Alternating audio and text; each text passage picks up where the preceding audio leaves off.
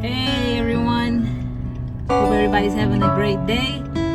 So we are en route currently for our next interview, which will be a dear deacon of our church, Deacon Clifton Harris.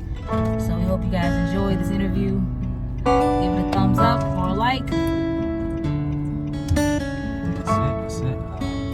Hopefully you find it informative, and hopefully he answers some mysterious questions. That's for young people. We don't know all of the history, but I'm sure some of you all will be refreshed. Some of you all will be reminded of some of the stories he shared. So stay tuned and enjoy. See you. Peace.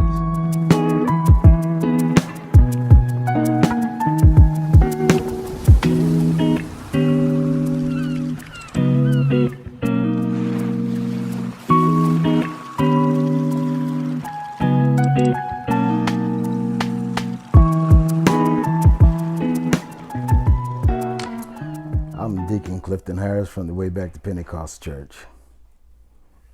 And Deacon Clifton, do you want to give us a quick synopsis of yourself, who you are, where you're from? Well, I was born and raised in Washington, D.C., raised up in Way Back to Pentecost as a baby since 1960. I'm now, at this time, I'm 60 years of age. So I've been way back for quite a long time. Nice. So do you have any siblings or? I am the fourth oldest of 11 siblings. Wow. From my father, Deacon Clarence Harris Sr., my mother's Sister Virginia Harris. So out of that reunion, it was 11 children. I am the fourth oldest. The fourth oldest. Fourth oldest. And you want to tell us how, is everyone still living? Anybody? No, not actually. All of us are living, but two of my siblings. Gregory Harris was the first to pass, and then my brother Melvin Harris, who passed last year. So two is deceased. 9 of us still living. Nice. So you want to, could you give us a background as to how it was growing up in church or at the Way Back to Pentecost Church, some of the early years? Oh, what I can remember, I was born and raised in the little storefront, what we call the Storefront. So, you know, I was back in the 60s and 70s, little small church, powerful little small church that I can recall. And I remember a lot of the old saints as I came up, and we moved over to 7th Street while the initial building that we're in now was being built. So for a few years we was worshiping the Lord in the old theater on 7th Street, I can recall, until my teenage years. Yeah. Okay, so the Storefront, do you remember Elder Temple at all? Yes. The first pastor. Yes. So what about Elder Temple do you remember? Or you could shed some light on? What I remember about him as a small child, a very stern man, always well dressed. Actually, we live right around the corner from Elder Temple and Mother Temple. You know, most of us pretty much lived in proximity of each other. We lived at 5th and Teller. Mother Temple is New Hampshire and Teller. Sister Lucille Robinson was Illinois Avenue and Teller Street. Your grandfather was 4th and Butternut at that time. So a lot of us were right in the same proximity of each other. So yeah, I saw Elder Temple and Mother Temple quite a bit as a child. Yeah. So with that being said, like, who were some of the early families that you remember being at the Storefront? 'Cause I know. As big as it is now. Well, quite naturally, the Sanders family. It was the Harris family. It was the Plummer family. It was the Day family. The Twillies. let me see.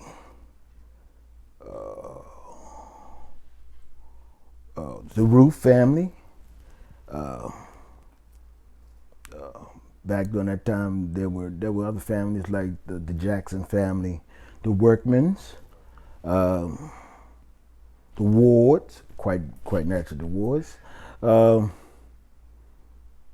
Those were the families back during that time. Yeah. So what about so during the Storefront? So how was Sunday school in the play at that time? Do you remember? Yeah. Sunday school was in play. Yeah. So Yeah. What did Sunday school look like during that time? Oh, I can go back as far as being in card class with Mother Alexander. She was my card class teacher. And then from there I went to, I believe it was, I forgot to mention the Bratchers. Mother Bratcher was one of my Sunday school teachers. Then Mother Florence Coley. Then I moved on to Ella Humphrey back during that time.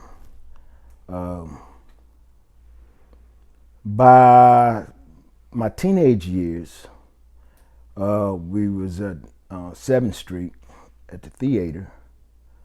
I believe Elder Charles Plummer was my Sunday school teacher during that time. And so when we came back to the way back, Elder Clark was my Sunday school teacher. So, I can kind of go back on some of the Sunday school teachers that I had during that time. Yeah. That's good. So now that we kind of talked about the Sunday school and Elder Temple, what about Mother Temple? I mean, we've heard so much about Mother Temple, her teaching on Tuesday nights, everyday practical, Holy living, yeah. So, but before we move forward to the new facility, how was she doing the Storefront? What do you remember of Mother Temple and her character? Back there, man, with Mother Temple and the missionaries back then, I mean, you had Mother Day and I'm trying to think of a lot of the Mother Bailey, Sister Lindsay, all these missionaries. I mean, there was a group of missionaries that I can recall. Mother Ruth. This was another Mother Ruth, not Dorothy Ruth, but Mother Ruth Johnson, because she used to play the piano back when I was back in the Storefront. She was our piano player. And also Mother Clark, but Mother Ruth was actually the piano player, and Mother Clark played when she didn't play. Audrey Clark, But back when I was in the Storefront, Mother Temple, that I can remember, because before I can know, she was a Mother Temple, but they said, she was Mother Page. Before I knew, I only knew her as Mother Temple when she married Elder Temple. So, but yeah, I mean, the history goes back in the 30s, back then. So, the way back has a long history. But what I can remember her, what she was back in the newer building, she was in the older building, which we used to have some fiery services I can remember, as a kid. And when I think about it, I don't know why, we would want to walk away from the church after we got a certain age because of the way we were brought up. But I thank God now that He has given me another opportunity to worship Him, But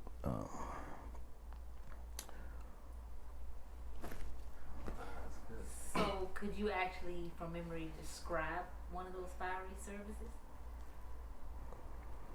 Or maybe like a, for lack of a better expression, a highlight that you remember growing up during one of the services.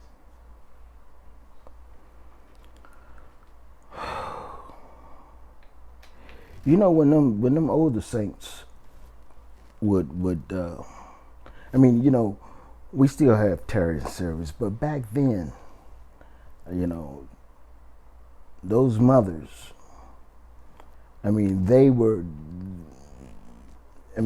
with you until, you know, you were set free, you know, and I can remember some nights, on Sunday nights, the service would be so high till when service let out, you could see a cloud in the church. It was so far, it got foggy in the church. And you know, you hear a lot of the saints that grew up back then, even though we have beautiful services today, they just really doesn't compare to the services that I grew up back then, you know. Mother Temple preached practical holy living, and that's what they stood for. But you know, as time goes, you know, things changes, programs changes. I know we still try to stick to a lot of the traditions that we grew up under, but a lot has changed over the years. So we didn't have a whole lot of, we had guest speakers, but Mother Temple, Elder Temple, I mean, you can remember all these people that used to, you know, missionary Sundays, you know, the mothers, the missionaries, and they're white. I mean, they were powerful. I recall them being powerful, and you know, I felt like back then, if you walked in that church then, you didn't come out the same. And if you walked in and doing some of them services, if you wasn't ready, you left. You understand? Because you was convicted, you didn't want to be part of it, you got up out of there. But nowadays, you know, they can come in here and get comfortable around us. But that's what I can remember back in the storefront. And really, back during, after we moved back to our building that we're in today. Okay, so with that being said, you know, before we talk about the theater, you were talking about the missionary service. Could you talk about how different the second Sunday dinner was during that time compared to the more modern times? Like, how was the setup? Well, the setup was different because we was in a smaller building, and I mean, I can recall how the setup was. You know, we had an upstairs. Some of the missionaries and actually Elder Howard was the one that used to cook, you know, second Sunday's dinner. But with us having a large family, we used to go home. Wow. You know, my mom and them used to take us home. We had dinner home, we came back. But they had upstairs, which they converted to the dining room. Also, I think there was an area where the missionaries were, because most of the families ate in the upper dining room area, and most of the missionaries ate in a lower section that we had. I mean, the way the church was set up, where the pulpit was, behind the pulpit was the kitchen. And then behind the kitchen were the classrooms, some of the classrooms. because we had upstairs and downstairs. The way because it really was homes converted into the church, and so so some of the rooms were classrooms. They said that the back part of the church used to be a stable. Now, somebody used to have horses or something. It was a stable, so that tells you how far back, things went. But yeah, that's what I can remember as far as second Sundays. And we used to have quite a few services on second Sunday. You had Sunday school, you had morning service, you had evening service, and then you had night service. So, we were getting out of church 9:30, 10 o'clock at night almost, on second Sundays. So in the storefront, second Sundays, that was a big day for fellowship as well with other churches? Yeah. So do you remember any of the churches, or you just sort of... They used to fellowship with 415, Morning Star,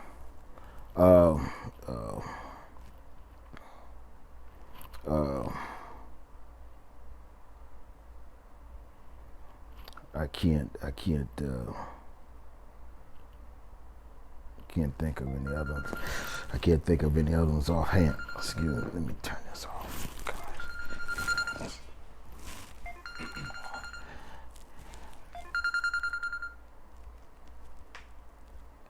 Sorry.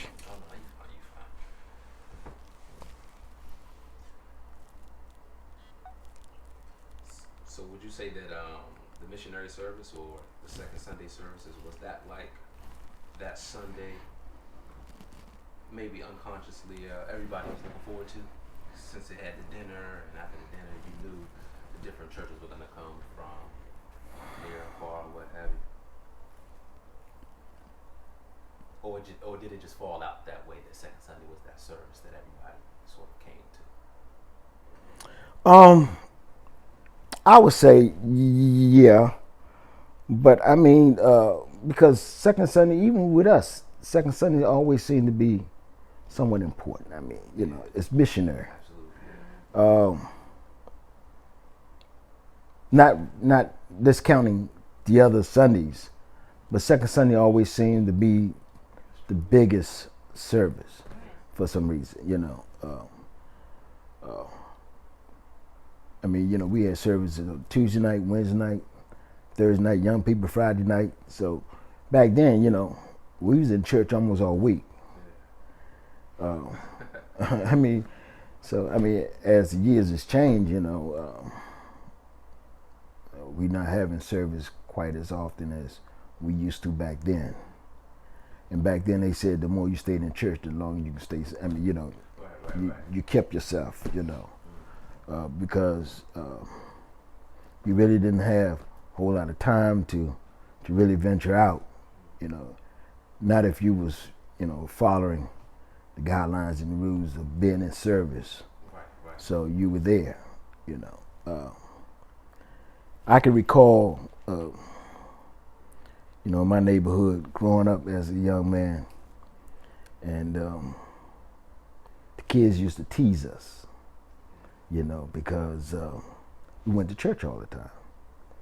My family, and there was another family that lived a block from us, they went to church all the time as well, but me particularly, our family particularly. And as a matter of fact, Rick Robinson, all of us, it was funny because my father, he had a whistle. So we was out playing, and hearing that sound, he can whistle, and we can be about a block or so away. And we would stop, we gotta go. And the kids used to laugh at us, and we felt a little bad, because, they gotta go to church. But I ran across one of my neighborhood that I grew up with some years later. And he got on the bus. I'm driving. He didn't recognize me, but I knew who he was. And I called him by name. And when I called his name, he just lit up. He said, "Don't nobody call me like that but Cliff." And we began to talk. He was asking me about my family and asked me how I was doing. And I told him, I said, by the grace of God, I'm still going.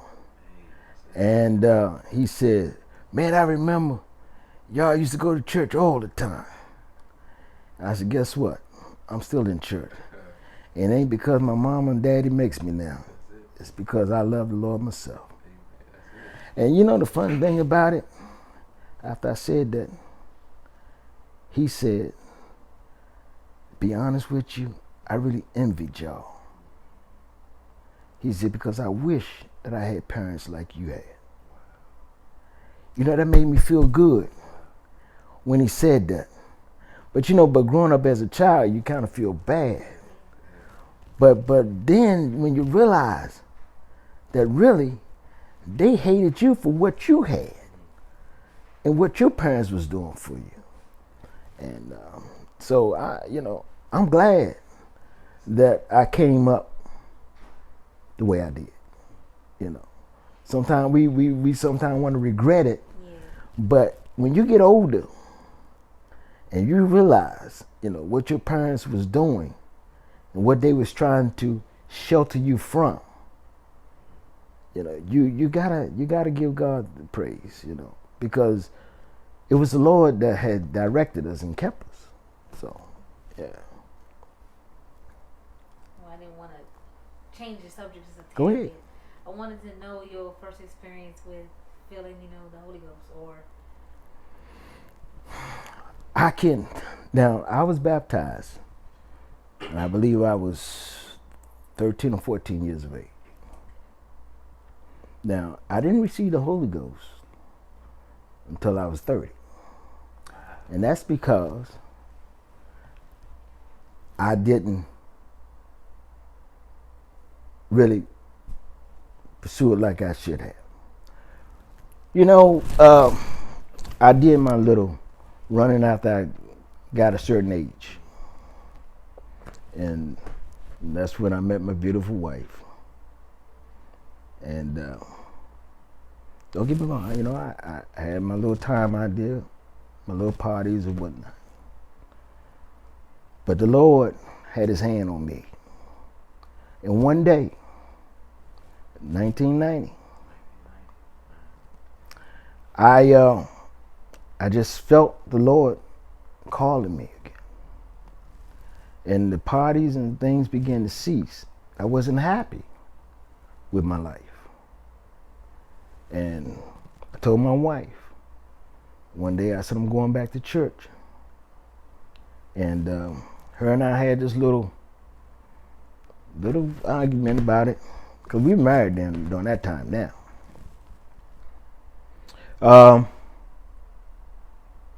And I recall her saying, you know, you can go ahead to the church you go to. I'm going to my church. But, you know, she can tell you the story. But the Lord dealt with her over that weekend. Wow. And she ended up going to church with me. But I had started going to church. And I began to seek the Lord. And she'll tell you, she told the Lord, she spoke to the Lord herself. She said, if this is real, and this is, you got to show me. And it was on one Sunday, Easter Sunday. Now, she had been baptized. You know, after we got married, she had been to the church. She had been baptized. And the Lord showed her. The Lord filled her before he filled me. And just to show her that he was real. But it wasn't long after that I got saved.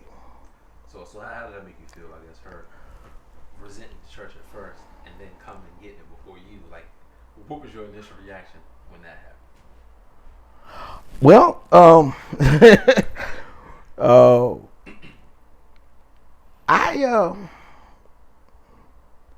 I guess I was a little jealous. You know, I've been seeking, and she gets it before me. But you know, she went there with a sincere heart, and God had to show her that He was real. So, and that made me even want it more then, even more. And so,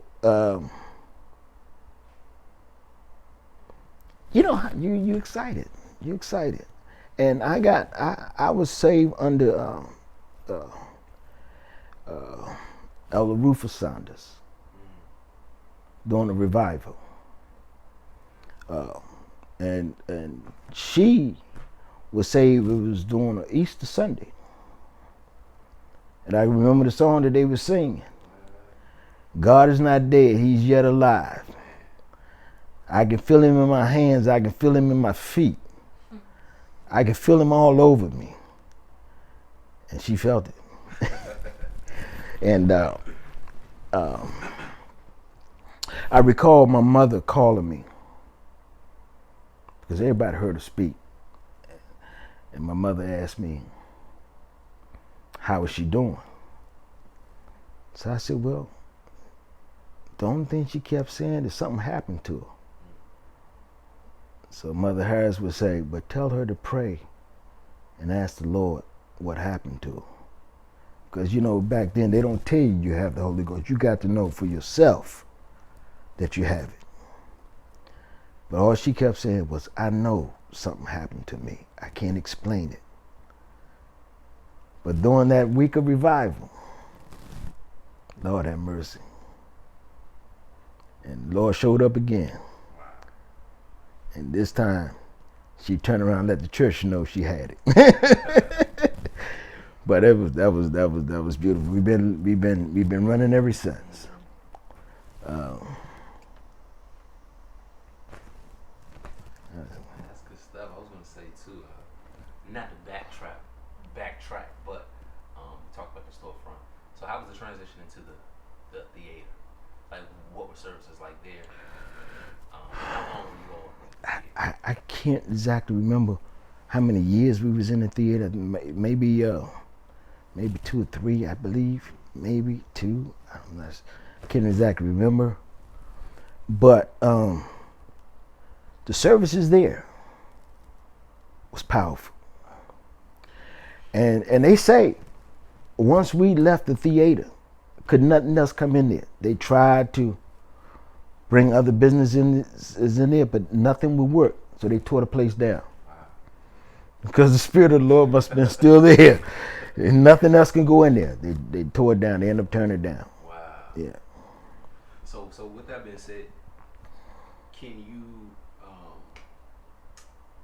backtrack and tell us about what it was like coming into the new facility? Do you remember that when it was finally done? You all came in. When they had the dedication and all, I believe we have a plaque on the wall. I believe we moved back in 76. I believe it was. It's a plaque right there on the church wall. Yeah, it should be a plaque on the church wall. And on the outside, it should be a brick. I have seen. I just never read it. Yeah, Okay, it's a brick, and it tells us, you know, when we move back in. Okay. And by that time, I guess I was 16 years of age. 76, I believe 76. I'm 16, and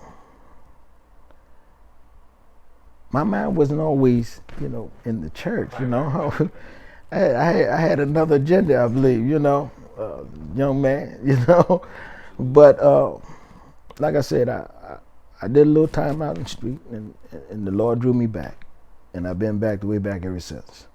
So 1990. Mm-hmm. Right. No, 91. Okay, so I'm sure you can speak on the 3 elders. Yes, Elder Clark, Elder Plummer.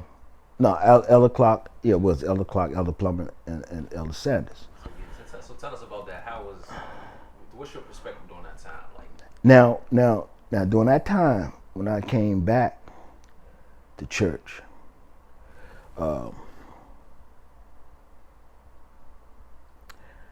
Elder Plummer and them had just left. Gotcha. and a flock went with him. Gotcha. When I came back, and during that time, Elder Sanders said that the Lord will,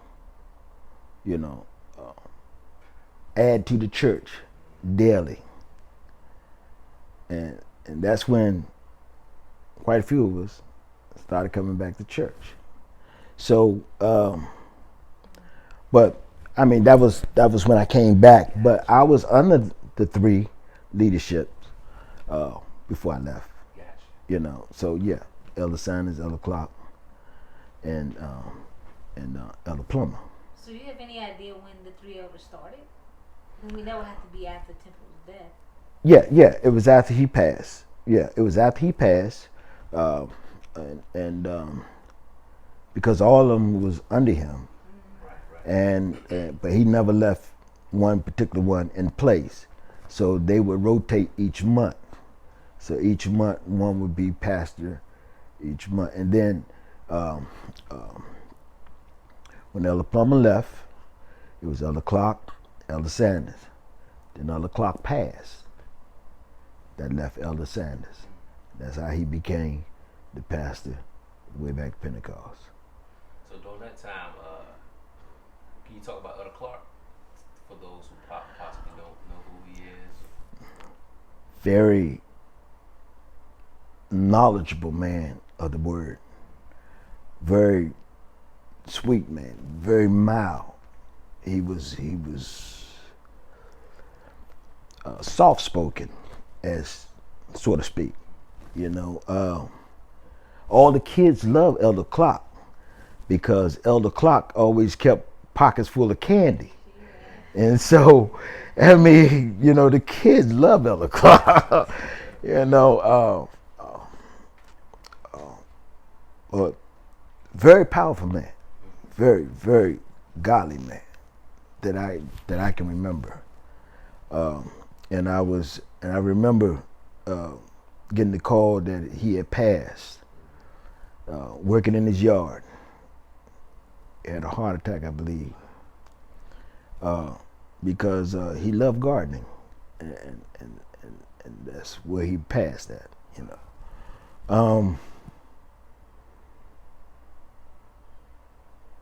But as far as the 3, I mean,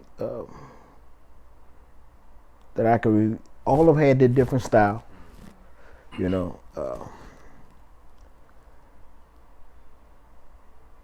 Elder Sanders was the most sternest one out of all of them. I loved him. But I mean, that's pretty much what I can tell you about the 3. I mean, as a teenager, I was coming up, it was them. Then I left. When I came back, it was just the 2, Elder Clark and Elder Sanders. Yeah, because Plummer had left. I wanted to ask 2 questions, but I did want to know a little more about, if you can remember, Elder Temple ministry. What kind of preacher? The picture that you see in the church with him standing at Bible, that's what I can remember. He would stand up front. I mean, and he would preach, and just like he would tell, the ministers and the deacons back during that time, preach Jesus and sit down. And he was, what I can recall, just a stern man. He preached the word, and I fell asleep. but that's what I can remember of him. Yes. He. So before you ask that next question, so I'm just wondering about this. Do you think? So I'm not sure how Mother Temple was like. You said. Did you remember when she was Mother Page as well, or that's? No, I didn't know her when she was Page. I only knew her when she was Mother Temple. Do you think, to a degree, Elder Temple, his sternness may have rubbed off on her? Because hearing about Mother Temple, we heard she was no nonsense. Right. I guess I could say yeah. Well, I didn't know her before that. I only knew her with her husband until he passed. Right. Yeah, she was no nonsense, and she pretty much see through you. And that's what had us feared, because she knew when you weren't right. And she'll call you. Come here. And your heart begin to race because you know she got something to say. But when I was going to school, and she would always be sitting on that porch in that rocker. You walk past, you don't even want her to see you, but she see you. Clifton, come here, son. But I loved her. You had to love her. Even though she stepped on your toes, but when you think it was all for your good, it was all for your good. So, yeah, she was stern. And you did mention at Howard Ward Mm-hmm. earlier how he used to cook the dinners. Do you have any other memories of him? Howard Ward, powerful preacher, powerful. He preached, and he spoke in tongues, walked back to his seat. Yes, indeed. Yes, indeed. So Elder Howard, because I know. Quiet, no nonsense. You barely hear him speak. But when he got up to that podium, everybody heard it. E.F. Hutton, you had to listen. And when he finished, most of the time the church was already on fire. He gone. He out the door. He gone. So Elder Howard, right? I know in his latter years he was a bit reserved. Mm-hmm. Do you remember him during his formative years? I'm sure he wasn't too young, but I'm talking about maybe during possibly the 80s or the 70s, anything like that. Do you remember anything about him? Like He's always Elder Howard the whole time I know. Never changed. As far as I saw. He walked to church and he walked home. He didn't care too much about riding with anybody, But he was the same that I know from the time I knew him. We can go back to even when we was in the storefront with the missionaries, Emma Ward, his mother, and all them. That family has always been preaching family. That Ward family, man, that's something, man. Yes, sir. Wow. Yes, sir. So before we move on, who are some other saints that you remember that a lot of other people don't remember who had a great influence, I should say, because I'm not sure. Is it Elder Gordon? Yeah. Elder Gordon. Yeah. Brother Gordon. Is that the one who? I don't know. They would say he'd know you were somewhere and he'd get up. Was that him? He would get up I'm in the not sure if service this is maybe I had the and wrong pretty person. much say what someone had done. But never gave a name. Or it's that, or I think that's possible. Or he was never there though. He wasn't there, but he would say, "Oh, I saw you at the store doing something." And Now, unless it's another man. No, possibly this may be another, maybe back. But I'm just wondering if you knew of anybody that maybe isn't talked about a lot, but who had great influence with helping establish way back. I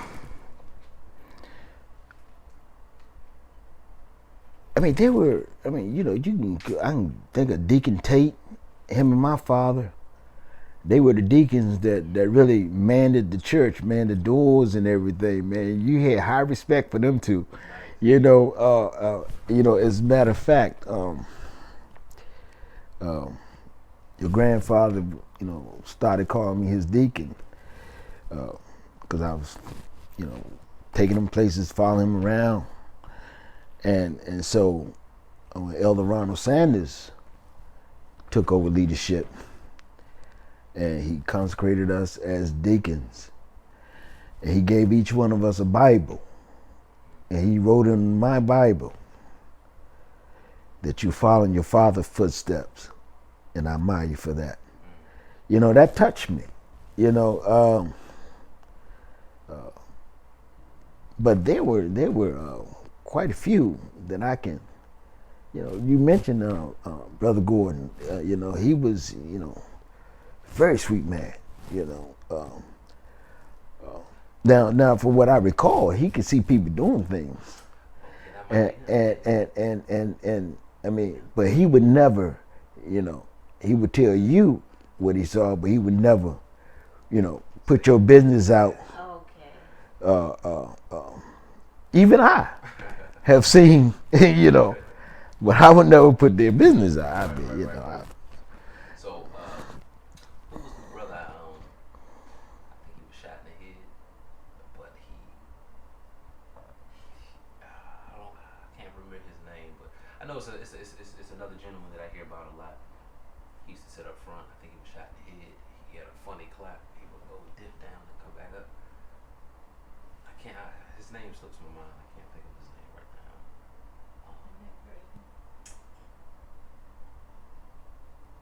I can't remember his name. If his name comes back to me, I'll say so. Okay, all right. Because I can't think of nobody right now who's shot in the head. And then they survived it too, so you know, so you got to let me know on that one, huh? Because don't too many get shot in the head and survive. So. Okay, so you want to talk about, since Bishop Sanders, I know by the time you came back to church, it was the two elders, Elder Clark and Bishop Henry. So when Elder Henry did finally get, you know, when Elder Clark passed, and he was the pastor. Do you remember any of the earlier stages of his pastor? Of his pastor? Yeah, or I guess that 90s stretch, because that's when he became. I know that's almost like a new era going into the 2000s. So what can you tell us about the 90s, about way back in the 90s versus the Storefront coming up, like the whole progression of way back? What was different, you know? Well, back in the Storefront, man, there were a lot of older saints, you know. Now in our generation, we got kids, most of us kids. Back then, there were saints. I mean, people, older people. I mean, I can start naming some of the older, you know, Deacon Garrett, Deacon Moore, Elder Day Senior,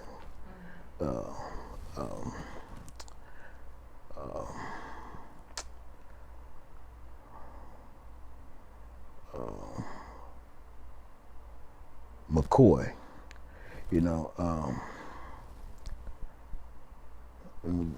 I'm just trying to think of a lot of these older people that was around during the time. Mother Meyer Ruth, Elder Ruth Mother, Sister Betty Jackson, her husband, Brother Steele, which was Sister Mother Ward's father, you know, Deacon Steele. So I mean, He was a deacon? Yeah, I think Brother Steele became deacon. Yeah, you know, I'm just thinking of all these people that were around when I was in church during that time. Mother Alexander, you know. Do you remember Elder Day's mother? Yeah. Mother Day, powerful speaker, Yeah, preacher, powerful preacher. Yes, second Sundays. Yeah, she had that deep voice. Yeah, she had a deep voice, man. Yeah. She wasn't a long-winded speaker. No, short, powerful, church shouting. She done sat down. 4'3", whatever she was. She was short. Yeah, I mean, you know, yeah. Back during that time, Sister Flossie Plummer, you know, Mother Jagurtha Sanders, you know, Mother Lucille Robinson. All these were missionaries, you know, that was on the panel during that time. and it was a lot more. You know, right now I can't think of the names right off hand. But you know, back then, you know, when we was baptized in the basement in this cold pool. I mean, you know, this concrete pool. You know, so yeah, things has changed. You know, but like I said, I can never forget. You know, coming up under that. You know. It was very powerful. So you coming along in your, I guess from the period of you getting saved, did you have anybody did you have any spiritual fathers that kind of took you under their wing and showed you? Actually, Elder Philip Coley, Bishop Philip Coley now, he was one of my mentors, man. And I told him, I love you, man, because, you know, he said he never knew he had that influence on me, but yeah, Bishop Coley was one that I really kind of took to. Actually, Deacon Workman, he was the one that really started me towards the deacon position, because he would say, "Come on with me, young man, because you know, one of these days you're going to be doing this." And when it came down to baptism.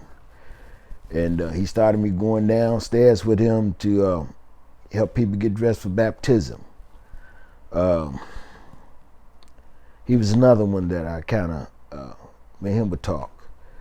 A lot of time after services, me and Elder Ronald Sanders, you know, well, you know, services over, everybody gone, be me and him still there. But those were the ones that I kind of gravitated to, you know, as far as guiding. Nice. Could you? How about your trips with Bishop Henry Sanders?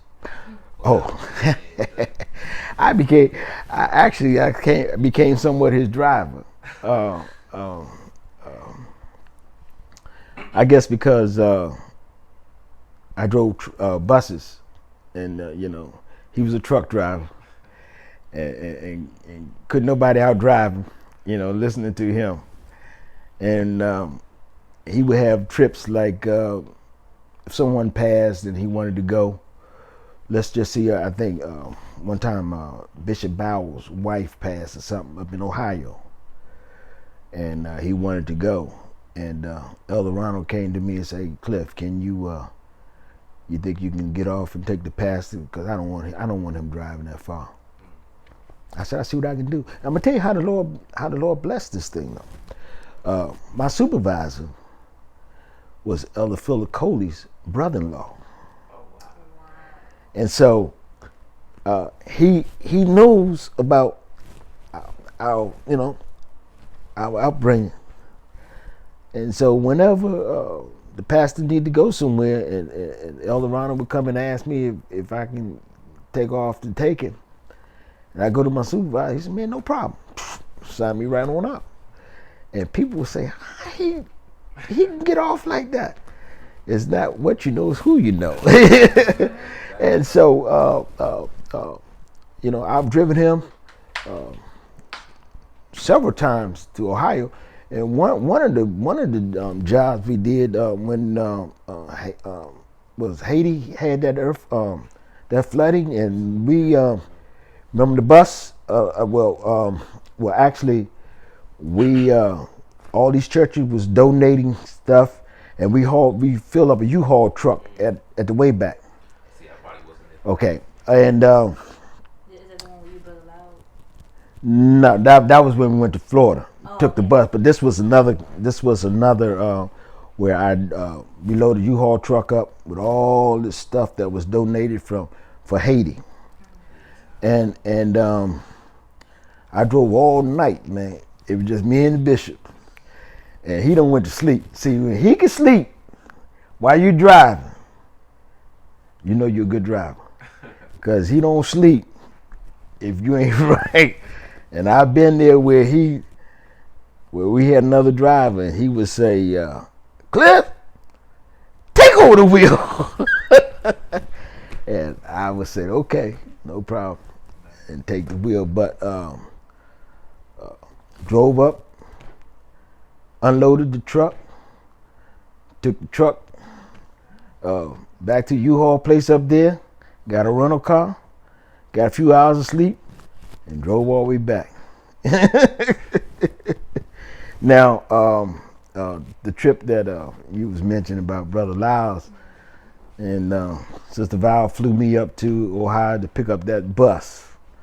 Drove the bus back. Well, we loaded that thing up with all that food, and then me and Lyles drove it to Florida. And the bus broke down as soon as we got in Florida, about 6 miles from where we was supposed to be taking it to the port. And Lord blessed us to fix it, and get it there and catch our flight back. And that was another experience too, because they stopped me in the airport because they thought I was a terrorist. I mean, because the way I was dressed, I had just a vest on, and I was smelling like diesel fuel. Wow. And I had no luggage. And so they took me into this room and stripped me down. Seriously? Yeah. Wow. And I told Brother Lyles, go ahead, man. I think I'm gonna miss this flight. But the Lord blessed me. They realized I wasn't a terrorist. Let me put my clothes back on, and I ran down their corridor and caught my flight just as they was closing the door. Nice. And I was hollering, "Let me in! Let me in!" And but there was a few other trips that I took him on, But next question. I was saying too. So with you, with Adirona consecrating you all to become deacons or whatnot, can you remember the first time you were called to speak, or your first opportunity getting up there? Oh God! And was that first opportunity presented when you became deacon, or was it before? Way before. Way before. Wow. Okay. I remember the first time I spoke was on a Tuesday night. Mother Temple called. See, back during that time, Mother Temple would just look out over and say, "You the speaker tonight," and that's a scary feeling. I'm just gonna be straight, and it's still a scary feeling to me. I just can't. I mean, you're a preacher. Oh. You're a preacher. Now we can sit down one-on-one, but for some reason I just can't get past the crowd sometimes, So this is like you along there where, I gotta make it to church, you sitting there, and you can just be, all right, deacon, come on up, or what happened? Give us an exhortation. That's what they would call it, the exhortation. Come give an exhortation. And you stood on the floor. Okay, that's right. You stood on the floor. You went in the pulpit, you stood on the floor, and you gave an exhortation, or You remember your first message or topic? No. But I think your father remembered. He told me what I said. Yeah. That's the worst. When people remember your first. It's like, man. Oh man, a lot of times I don't remember any of them because I go blank after that. I know. But yes, that was my first with Mother Temple. I mean, during the course of the years, every now and then you get called. You've called me on a few occasions, but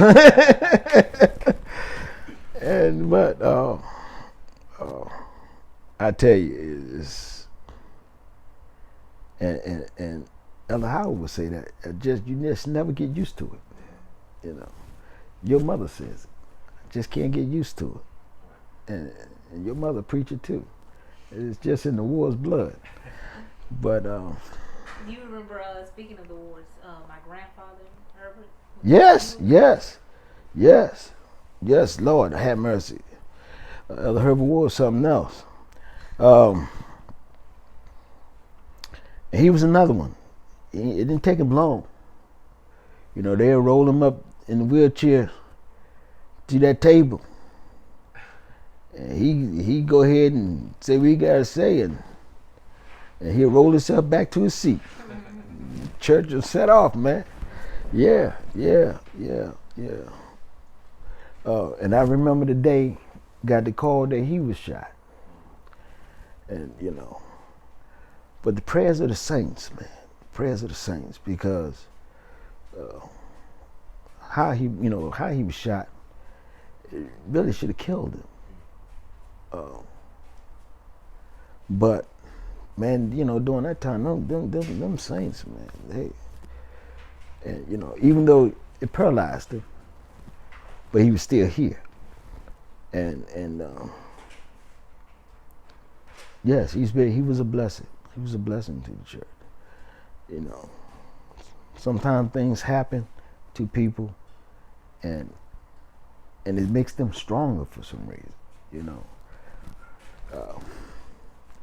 know, I can think back with my father. You know, when he first was diagnosed with his illness, and they gave him 48 hours to live. Told him he had 48 hours, he wouldn't be here. And he reminded me of the story of Hezekiah. When God sent the prophet into Hezekiah, told him, you know, set his house in order, because he's going to die. But same with my father, you know, and my father prayed. He said, he asked the Lord, he said, you know, my family's still young. He said, you know, give me a little more time. 48 hours, instead of him dying, they were rolling him out of ICU, putting him back in a room. And they was like, they don't know what happened. I mean, they said cancer had rid of his whole body. But yet, when 48 hours was up, and he wasn't dead, they took him back and did more x-rays. Cancer nowhere. And they kept saying, wait a minute.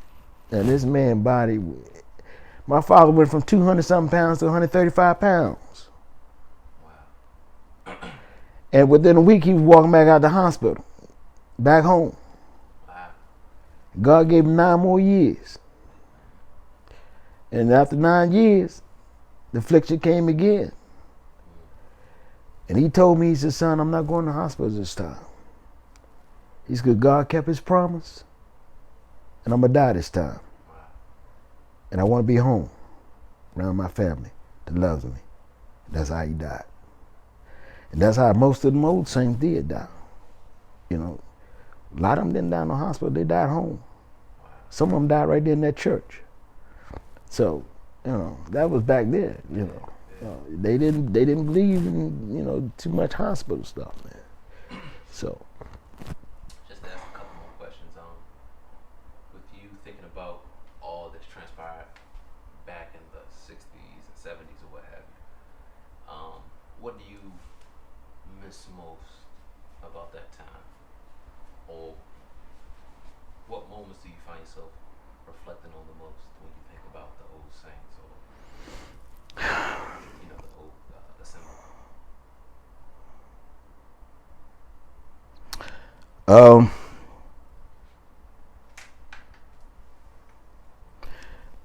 Sometimes I find myself asking the Lord, how come we can't get back to the place that we were before?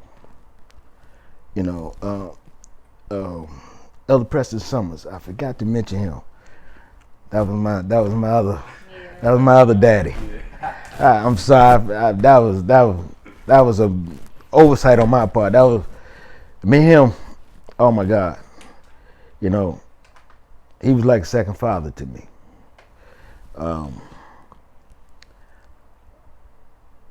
You know, I remember him preaching a message about the old landmark. You know, getting back to the old landmark. I don't know, I find myself sometime, reminiscing on, the years before. Not that we don't have, but it's a little different now than it was then. A lot different now than it was then, to be honest.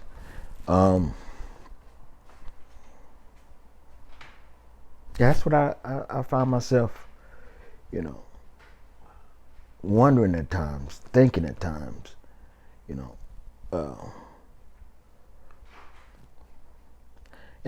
I believe, because what's going on now, time is really, God just giving us a space of time. They talk about how many millions of people are still out of work. My wife asked me a question. I think we was on our way home. She said, what do you think will happen with all these people still out of work and just say the government stopped giving them their money? I said, big riots. They would be going in these stores, taking everything they can take. And probably your house if they think you got something in it. That's why we got to be safe and show enough, because we don't know what tomorrow holds. Every time you turn around, there's a protest for something. I was listening to the news, and the people are protesting in Fairfax because they won't open back up the schools. And they demanding that they open back up the schools. So everywhere you look, they protesting about something. Yes, the kids need to get their education. But how do you balance that? How do you balance that? You saying that this virus is killing, and you keep giving these numbers, right? So they saying, social distancing. And if you don't, more people gonna die. So we in God's hands. And this is what the pastor is preaching. We in God's hands. Because matter of fact, he mentioned today, he said you can put yourself in a bubble and that virus will find its way to you. I'm at your house now. So if we're not in God's hand, man, we lost. So I really reminisce on a lot of things that we have had in the past. And see, you got to try to hold on to these things. And a lot of times this is what help you. You said, Lord, the way things are going, if I don't hold on to what I have, I'm going to be lost. So that's, what's next question? So, final question. Mm-hmm. So we asked Elder Aaron this, and I think this is pretty much going to be the final question we'll ask everybody we interview. What words of advice would you give your younger self from where you are now? And what would you tell a young person coming along to the church who's saved, trying to find their way, trying to get established? What instruction would you give to them? And of course, your younger self from where you are right now. With my younger self, I would have, I guess, said I would have never left the church to experience the world.